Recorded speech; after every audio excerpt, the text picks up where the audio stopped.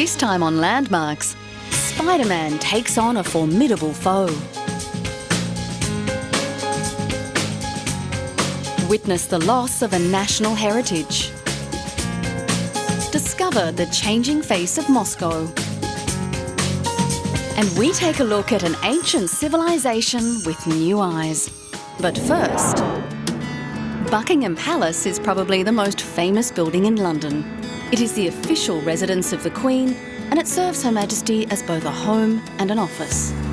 The royal standard flies from the roof when the monarch is in residence, and the changing of the guard takes place in the palace forecourt on most days of the year.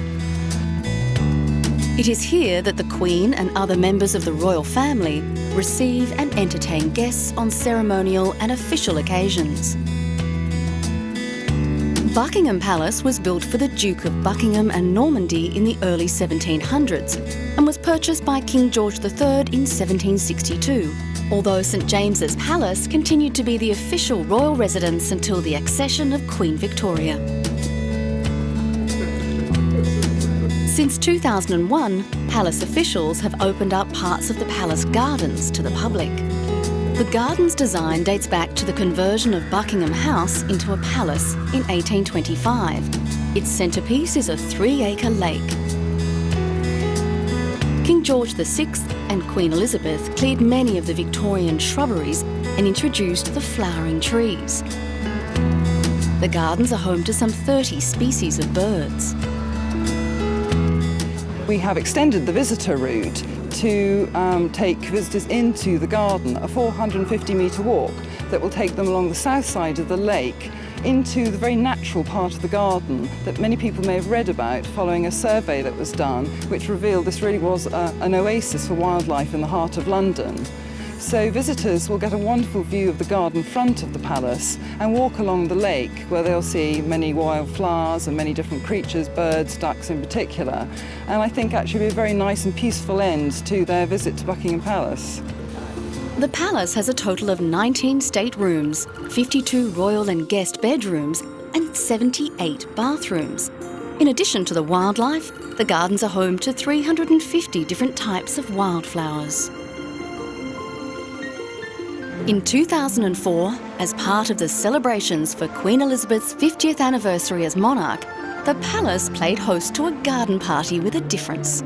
More than 500 children from 3 charities of which the Queen is patron were guests. The children arrived courtesy of London's taxi drivers. The Taxi Drivers Charity for Underprivileged Children is one of the many charities in which the Queen takes a special interest.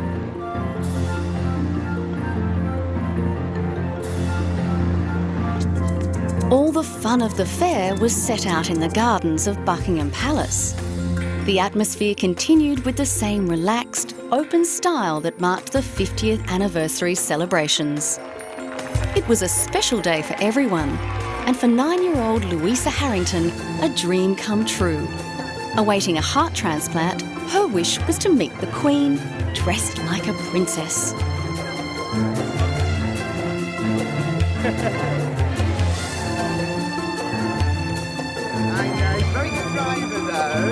The Queen's escorted youthful fans grew as she and the Duke of Edinburgh toured the entertainments. Though the royal couple didn't try out the carousel, they did stay to watch the circus performers before continuing with their tour.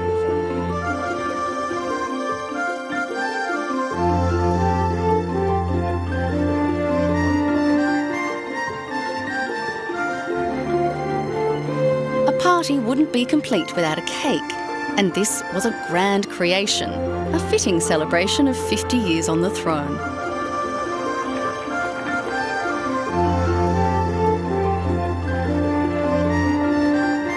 Garden parties at Buckingham Palace tend to be more formal affairs. The celebrations of the coronation of half a century ago put youth centre stage in this modern Elizabethan era.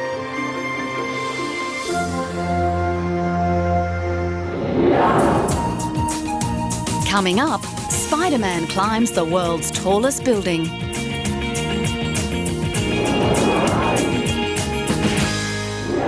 Shrouded in fog, this is the world's tallest building.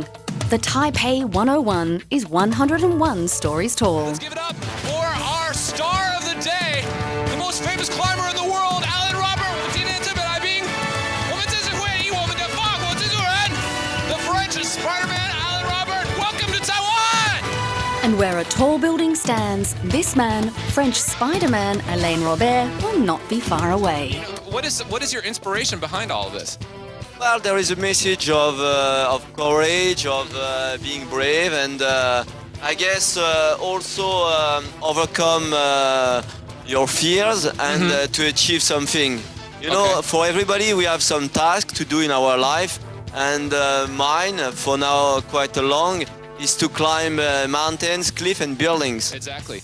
This was Christmas Day 2004, 6 days before the official opening. Robert has climbed over 65 buildings around the world, including the Eiffel Tower, New York's Empire State Building, and 8 years later, in 2007, he could not resist climbing the Jinmao in Shanghai to complete his top 4. The 42-year-old Frenchman began his ascent in rainy weather, but unlike many of his previous climbs, required ropes and harnesses. The Taipei 101 is a formidable foe for the climber. It is 508 metres tall. The building is designed to withstand the typhoon winds and earthquake tremors common in this area of the Asia-Pacific. Planners aimed for a structure that could withstand gale winds of 60 metres per second and the strongest earthquakes likely to occur in a 2,500-year cycle. Despite his aids, most of the climb was completed the traditional way, with hands and a good grip. In 2003, the $1.7 billion Taipei 101 surpassed the twin Petronas Towers in Kuala Lumpur. The gleaming office tower is designed to resemble a bamboo stalk and is equipped with the world's fastest lifts.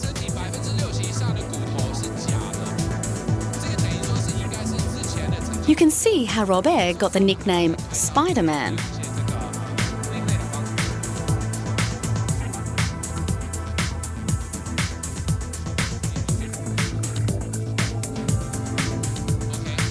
The building has been hailed as one of the 7 new wonders of the world and 7 wonders of engineering.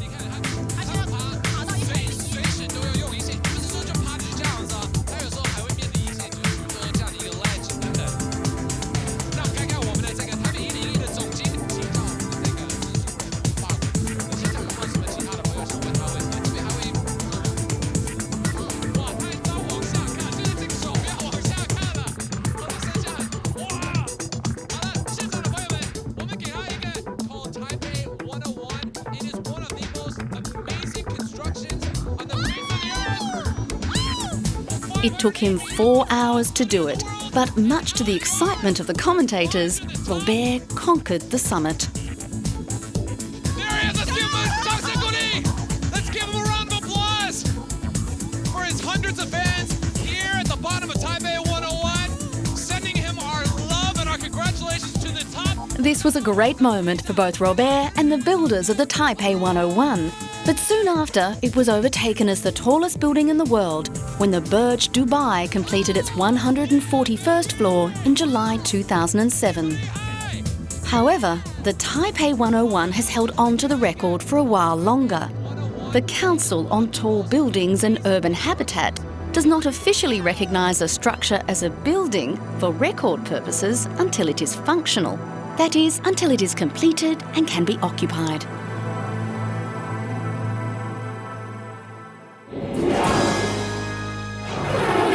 Sometimes events occur that remind us of the fragility of our links to the great civilizations of the past. One such event was the tragic sacking and looting of Iraq's National Museum soon after the start of the Second Iraq War in 2003. Ancient Persia was home to the great Sumerian civilization, who built such legendary wonders as the city of Persepolis. Archaeologists from around the world vowed to help Iraq rebuild its shattered national heritage at a meeting in London. It is a measure, I think, of the generosity of the international community But everybody in the room this morning, every institution, pledged its full support, its staff, its resources, its materials, and indeed, in some cases, funding. But the pain of the damage ran deep. It's not the loss of Iraqi people. It's a great loss for the mankind, because we in that museum, we had material going back to around 500,000 years. Iraq sits on the land of ancient Mesopotamia and was a cradle of civilization long before the empires of Egypt, Greece or Rome. The museum housed items from ancient Babylon and Nineveh. Assyrian reliefs and 5,000-year-old tablets were samples of some of the earliest known writing. We found in the galleries of the museum, we found 4 pieces of this. This is a glass cutter. So these are not ours. This means that these people were prepared when they entered the museum to cut the glasses of the showcases we had. Among the most priceless treasures missing are the vase of Uruk and the harp of Ur, dating back to 2500 BC. On the day where the looting started, Thursday, we had one of our employees who lives in the premises of the museum went to one of the tanks that were very close to the museum and begged them to come and stand in front of the museum while the looters were outside, just to protect the museum. They told him that they don't have orders for that. And they just stayed away for 3 days. The looters went in. That was on Thursday, Friday, and Saturday. And we went, me and Dr. Jaber, we went to the Marines headquarters on Sunday 13th, and they still did not come Sunday, Monday, Tuesday, until Wednesday. International curators, appalled by the havoc wreaked by the rampaging looters, drafted a plan to track down looted antiquities. The museum housed 170,000 objects, and a list compiled found at least 14,000 objects missing. It was a team from the United Nations Educational, Scientific and Cultural Organisation, UNESCO, who compiled the database. Since then, Interpol and art auctioneers have been regularly coming across looted items. Sadly, the losses from sites in the south continue. Some say the looting goes on unabated, and the objects are flowing into the market and even appearing now on eBay. Iraq is losing not just a great part of its cultural heritage, but a large piece of its long-term economic future based on the tourist trade. Perhaps ironically, the great city of Persepolis, as seen here in this 3D simulation, was widely represented in the collection. The city was a crowning achievement of ancient civilization, but was itself sacked and burned by Alexander the Great in 330 BC. Who said history never repeats? The tragedy of war is still having a lasting impact. Coming up, the new Moscow.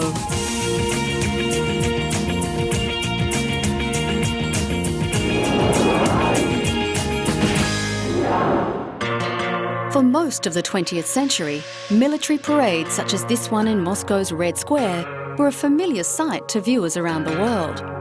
They were a regular propaganda exercise during the Soviet era.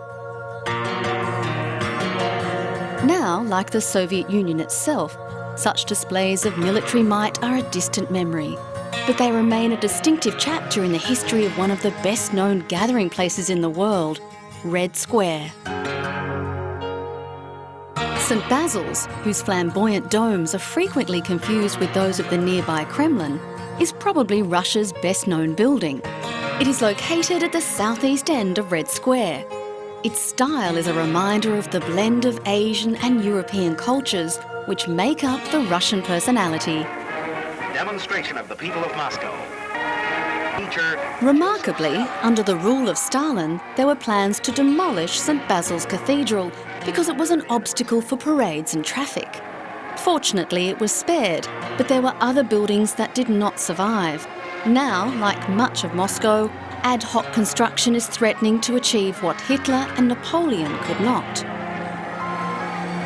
Throughout the centre of Moscow, old buildings are being covered with netting or billboards and disappearing soon after, as developers tear down historic buildings with approval from City Hall. In their place appear luxury housing and office space, which can sell for between $20,000 and $50,000 a square metre.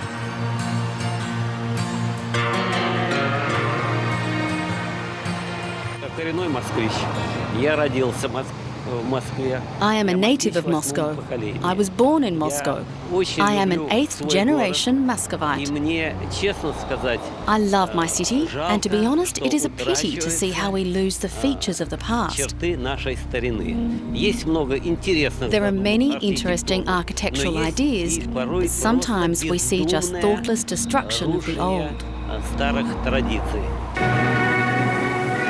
The 35th anniversary of the Great October Socialist Revolution is celebrated at a gala meeting of the Moscow Soviet held at the Bolshoi Theatre, the Grand Opera House. Since early 2007, the Bolshoi Theatre has been hidden behind scaffolding and a huge advertisement for travel to Turkey. While state officials have promised that the theatre's facade and interiors will remain unchanged, a lack of public accountability and discussion has made preservationists increasingly sceptical. In the last 15 years, the historic centre of Moscow has seen colossal changes. Of course, the historic centre underwent huge changes under Stalin as well. I mean, Stalin's plan for the reconstruction of Moscow. It was a gigantic plan which changed the city completely. And in general, Moscow is now like a quilt, consisting of different reconstruction plans. One part of it influenced by one idea, a second part by another idea, etc. But right through its history, Red Square, like Moscow and its people, has had a remarkable ability to survive and preserve its culture, no matter what tyranny has been visited upon it. But the patch which is being added to the history of the city by Moscow's mayor Lutskov is too big. It is so big that it covers all other patches. It is not a quilt anymore, it is a domination of one idea. In 1990, the Kremlin and Red Square were among the very first sites in the USSR added to UNESCO's World Heritage List. Red Square will remain Moscow's heart for a long time to come.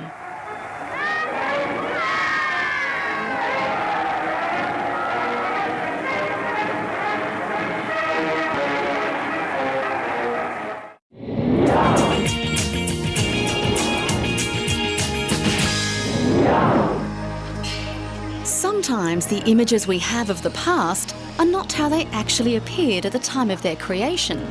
For example, the beauty of ancient Greek sculpture is often synonymous with visions of white marble statues and monuments such as the Parthenon and the Core. Gods in Colour at the National Archaeology Museum of Athens is a display of 23 copies of famous marble statues and sculptures reproduced in their true form, painted in detailed colours of blue, red, green and yellow. The painted replicas of the exhibition, brought from Munich's Glyptotek Museum where they were created, remind visitors that the architecture and sculpture of ancient Greek cities were not white marble, but covered in various and plentiful pigments. Many of the painted replicas are displayed next to their originals, creating an overwhelming contrast to preconceived notions of how ancient Greece looked. Museum director Nicholas Kaltsis said sculpture began in the late 7th century BC and painting along with it, and was phased out in the Greco-Roman period. It was a happy society, a colourful society. They saw all these colours in nature and it affected them. Painting of sculptures and monuments was also very prominent in ancient Egypt. But Koltzis said the initiative of the ancient Greek artists was not drawn from their Egyptian neighbours, but from the colours of nature. The pigments were made from stones and plants, creating the colours of red, blue, green and yellow. Koltzis said there were also probably different tones, either brighter or dimmer. The coloured reality of ancient Greek society is an example of how standards and tastes change from one generation to the next.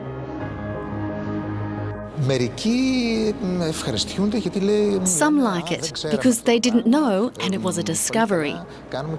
Some are disappointed. Some have said to me personally, "You have completely ruined the image we had of antiquity." But unfortunately or fortunately, this was reality.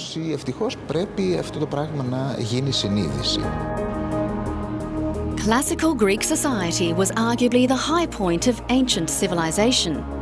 Athens is reputed to be the birthplace of democracy and thousands of concepts and ideas that continue today. Their achievements in the fields of sport, poetry and theatre matched those of their sculptors and visual artists, but it was the sculptors who set the standard. But Athenian society was also based on a strong military tradition. The visual comparison has caused strong reactions from visitors, including shock and disappointment. I find them beautiful the way they are now, but I was very disappointed seeing all these painted things and the way they probably were. But I don't like them at all. To the Greeks, however, the painting was considered a work of art, with artists gaining recognition for the sculptures they painted.